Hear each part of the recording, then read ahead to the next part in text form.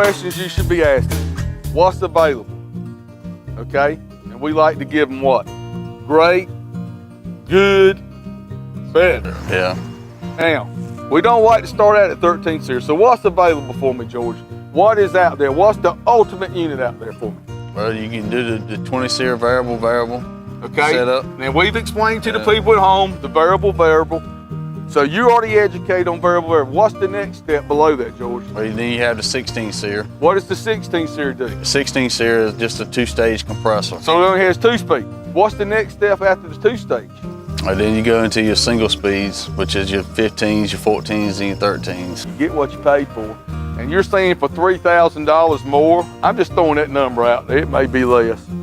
You can buy the ultimate that's gonna be in your house for 15 years or better. It's gonna drop your light bill. Do you think you could get your $3,000 back? Oh yeah, that's what I say. It's gonna pay for itself. It's gonna pay for itself. Mm-hmm.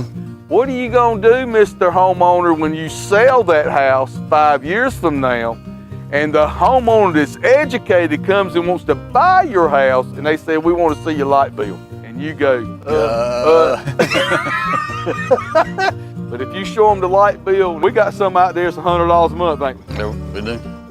It's easy for you to sell your house if you got a $100 light bill a month, and you can pull up a 5-year record and go, here's my light bill. And oh, by the way, I don't have gas. It You speaks get for it, don't itself. you? Yep. You get it, don't you? Numbers don't lie. Numbers don't lie.